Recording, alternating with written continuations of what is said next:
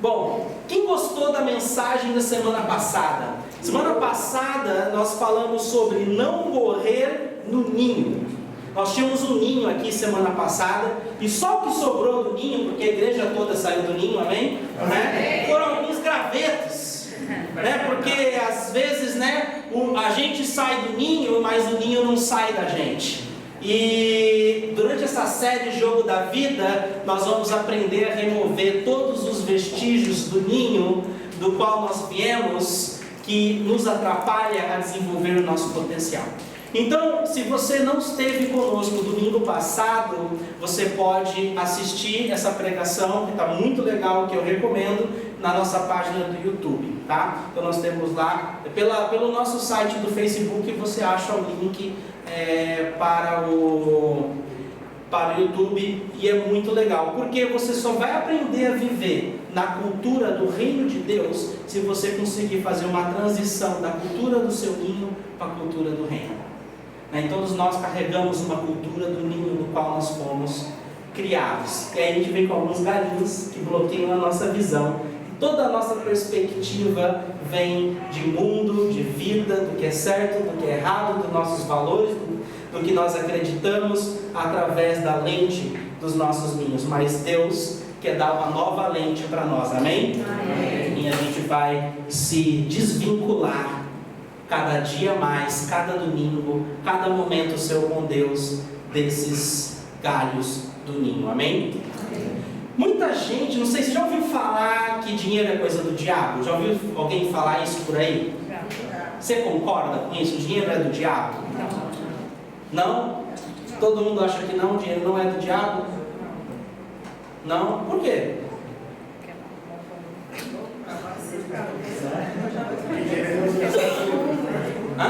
Porque dinheiro é representação do ouro e o ouro representa Deus ao mesmo tempo.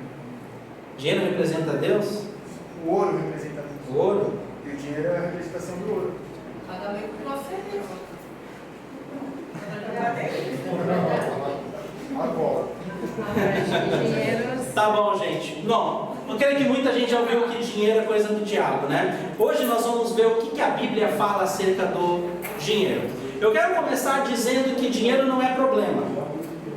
O problema é o amor ao dinheiro, né? Que é o problema que nós vimos em 1 Timóteo 6,10, né, anteriormente. Que o amor ao dinheiro é que é o problema, que aquele que o cobiça fica até atormentado por inúmeros sofrimentos. Porque quando o dinheiro controla a vida do indivíduo, ele vai dormir, ele dorme pensando, se eu perder o meu dinheiro. Então ele não tem paz, porque a fonte dele é aquele dinheiro que ele possui. Mas na verdade o dinheiro ele é neutro, ele não é nem bom e nem ruim, o dinheiro é neutro. O dinheiro nas mãos de pessoas boas faz maravilhas. Dinheiro na mão de pessoas caridosas, de pessoas generosas, ele é usado para construir creches, ele é usado para construir escolas, ele é usado para abençoar famílias, ele é usado para investir em educação. Agora, o dinheiro nas mãos de pessoas más, como traficantes, como usuários de droga, ele é feito para o mal, para a destruição. Então o dinheiro ele é neutro, depende muito da mão de quem o conduz. Então Deus não tem nenhum problema em você ter dinheiro. O problema que Deus tem é quando o dinheiro tem em você. Amém? Nós não queremos que o dinheiro possua o nosso coração e a gente se torne um esmigo, né? Mas o diabo ele não gosta que a gente fale de dinheiro à luz da Bíblia. Sabe por que não? Porque o diabo ele tem uma estratégia. E nós vamos falar de dinheiro hoje porque é extremamente importante que a gente entenda o que Deus fala sobre dinheiro. Você sabia que existem aproximadamente um pouco mais de 2.000 versos na Bíblia sobre dinheiro? Tem mais versos na Bíblia sobre dinheiro do que sobre oração, do que sobre fé. A Bíblia fala, deve ter mais ou menos uns 500 versículos que falam de fé, uns 500 versículos que falam sobre oração, mas 2.000 que falam de dinheiro. Será que Deus não tem uma mensagem importante para nós? Senão Ele não falaria tanto nesse respeito.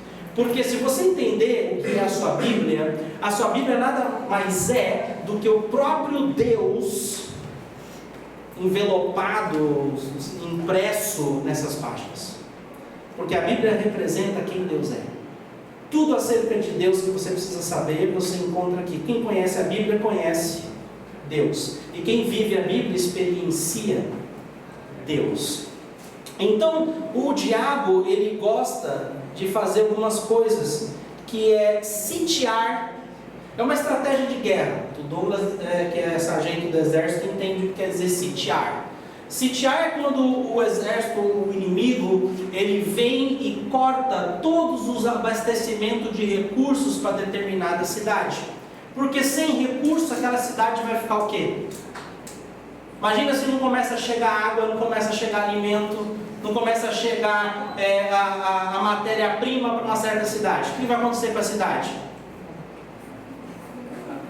Ela vai enfraquecer, ela vai perecer, vai estragar a economia daquela cidade, tudo vai ficar caro, as pessoas vão ficar desesperadas, os soldados que precisam se alimentar para lutar vão ficar fracos, e aí eles vêm em um determinado momento, invadem e tomam posse daquela cidade que foi outrora enfraquecida. É uma estratégia de guerra. E o diabo entende, ele faz isso na nossa mente, através de mentiras. Ele faz isso na nossa mente através do achismo, do diz-que-me-diz-que, e quando você não busca aprender sobre a verdade, aquele achismo, aquele diz-que-me-diz-que, aquele preconceito que entrou na tua mente, passa a ser a verdade no qual você se apoia. Mas essa é uma estratégia do inimigo de sitiar você, de impedir que a verdade chegue até a sua cabeça, porque quando a verdade vem, você já rejeita ela. Quando a luz da Bíblia vem, é porque você já tem algo definido em você. Mas hoje nós vamos romper isso em nome de Jesus e vamos entender o que Deus fala acerca de finanças. O diabo entende em Provérbios 22:7 que diz assim: aquele que faz empréstimos é escravo daquele que empresta. Então ele quer ver uma igreja capenga.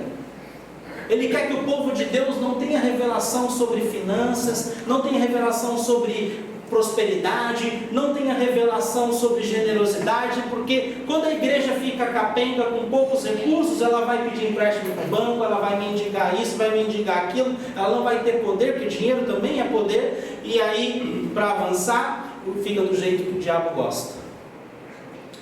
Vocês já viram países onde a Bíblia é proibido de entrar? É uma forma do inimigo sitiar a verdade de chegar a reinar. E aí quem que vai reinar? As mentiras do inimigo reinam. De quem tiver no poder reina. E outra coisa também, convenhamos, quem aqui não precisa de dinheiro? Experimenta você sair do culto nessa noite e comer uma pizza num restaurante. Vai ali na Solo Viagem, que a pizza é boa e é carinho, não é tão barato. Você vai lá, você come, o dono é super gente fina. Você vai lá, você come, ele traz desenho para os seus filhos desenhar, o Josh adora ir lá.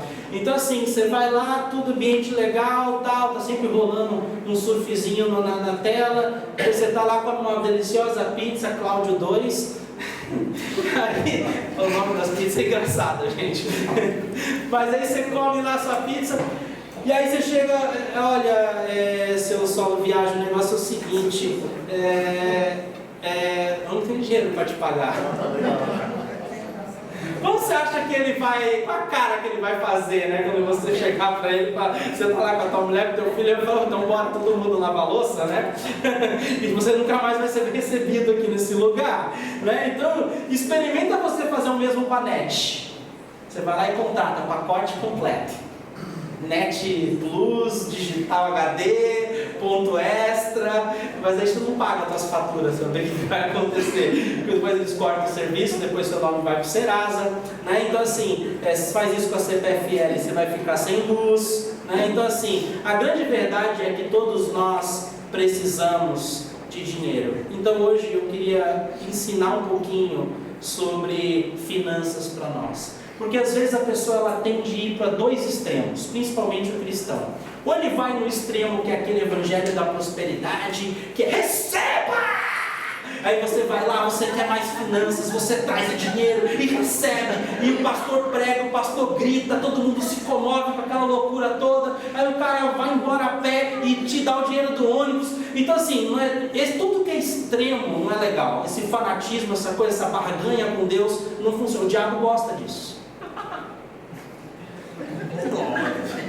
Ele gosta, porque você está focado em quem? Para quem você está se inclinando? Quem está sendo o seu Senhor? É Deus ou é o dinheiro? É o dinheiro, então para ele está ótimo. Ele tem teu coração. O outro extremo também é ruim. Aquela mentalidade de pobreza. Não, eu não preciso de dinheiro para ser aceito por Deus. Tem gente que acha que ser pobre é ser santo. E não tem nada a ver. Não há nada como uma vida equilibrada. É sobre isso que eu queria falar aqui nessa noite. Quanto ao amor ao dinheiro é um extremo, né, máximo, a mentalidade de pobreza também é outro. Eu vou ilustrar com uma história. Tem um pastor amigo meu, que ele morou num bairro onde a Débora está agora, em Auckland, na Nova Zelândia. E ele morou num bairro, que eu não lembro o nome, mas é um bairro bem pobre da cidade. Um bairro de periferia, onde as pessoas já têm uma mentalidade de vítima da sociedade. Eu nasci do outro lado da linha da máquina, aquela síndrome, né? Eu nasci num lugar menos privilegiado, né? Então, ele contou para mim uma história muito interessante que aconteceu nesse bairro dele, que ele era pastor de jovens de uma igreja lá, e ele falou que uma empresa equivalente a Walmart, essas lojas de departamento, né, C&A, abriu uma loja lá no bairro. Investiram pesado, montaram lá uma estrutura e eles precisavam de um gerente. Eles pegaram e colocaram um anúncio no jornal dizendo: precisamos de um gerente com a qualificação XYZ para ganhar $50 mil por ano. Era o pacote salarial. $50 mil naquela época, isso já tem bons anos, era dinheiro para chuchu. Hoje já é um bom dinheiro. Naquela época era dinheiro para chuchu, era um baita de um salário. Sabe quantas pessoas enviaram seus currículos para se candidatar para a vaga? Hã? Nenhuma. Aí a empresa contratou uma consultoria, e a consultoria chegou lá e falou assim: olha gente, vocês têm que mudar o salário, vocês não estão atraindo pessoas para trabalhar na empresa de vocês por causa do salário. Aí o dono da empresa, né, falou assim: poxa, mas a gente não tem como aumentar o salário já está muito generoso. Não, a gente não quer que você aumente. A gente quer que você diminua, porque a mentalidade desse povo aqui, que mora nesse lugar, é uma mentalidade de pobreza. Eles jamais vão se candidatar, porque eles não se acham bons o suficiente para ganhar $50 mil por ano. Então experimente fazer por 35. Semana seguinte eles baixaram lá, foi para 35 salários. Sabe quantos currículos chegaram lá? 150 currículos, porque eles baixaram o salário. E umas 12 ou 15 pessoas cumpriam todos os requisitos necessários para a posição. Mentalidade de pobreza. Você acha que é essa mentalidade que Deus quer que a gente tenha? De jeito nenhum. De jeito nenhum. E todos nós às vezes caímos nesse abismo. Tropeçamos nessa mentalidade. Eu mesmo sou vítima dessa mentalidade, né, ou culpado por ela. Quando nós mudamos para cá, o pastor da C3 Curitiba falou: Fábio, vocês precisam de um som bom, de caixas de som de ótima qualidade. Amém, precisamos sim. Quanto custa? 10 mil reais. Eu não vi direito. 10 mil reais. Quanto? Eu já estava pensando em ver nos usados, de ver não sei aonde, comprar aquelas caixas mais baratinhas, pegar umas 5, 6, né, e emendar uma na outra, né, tipo, para a gente pagar o mais barato possível. E aí eu aprendi uma lição, que Deus quer o melhor. E a gente tem que aprender a sair dessa mentalidade. E nós compramos um aparelho de som que custou 10 mil reais, e nós já estamos pagando em dia, e Deus tem abençoado, e a gente vai avançar ainda mais. Mas às vezes a gente carrega isso para a nossa própria vida. A gente acha que a gente nunca pode ter tal carro, a gente acha que a gente nunca pode morar em tal bairro, a gente nunca vai ser dono de uma casa própria, e a gente se sabota, porque Deus é o dono da prata e do ouro, amém? Então, nenhum dos extremos é bom. Vamos aprender a ter uma vida equilibrada. Mas hoje, essa foi só a introdução, eu queria falar com vocês sobre Deus é um Deus de princípios, amém? Então não adianta a gente pedir para Deus nos abençoar se nós não estivermos vivendo dentro de um princípio dele. Então assim, se você... Deus tem um princípio de que o homem não deve, hoje, né? Antigamente podia, mas hoje o homem deve ser casado, ser marido de uma só mulher, certo? né? Então, e a mulher, esposa de um só marido, glória a Deus, né? Já foi a poligamia. Se você já se questionou por que Deus permitia que o homem tivesse mais de uma mulher, era porque havia muitas guerras, os maridos morriam muito e muitas mulheres ficavam viúvas. Aí o homem casava com as viúvas para poder procriar e a nação existir.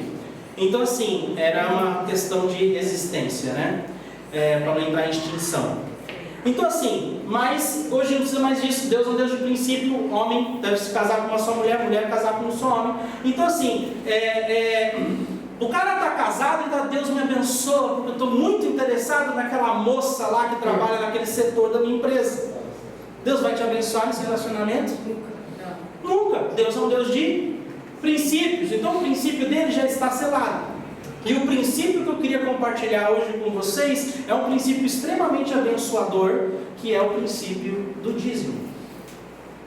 A gente não pode chegar a Deus abençoa minhas finanças se eu não estou dando o primeiro passo de uma conversão genuína, que é entregar 1/10 das nossas finanças para Deus.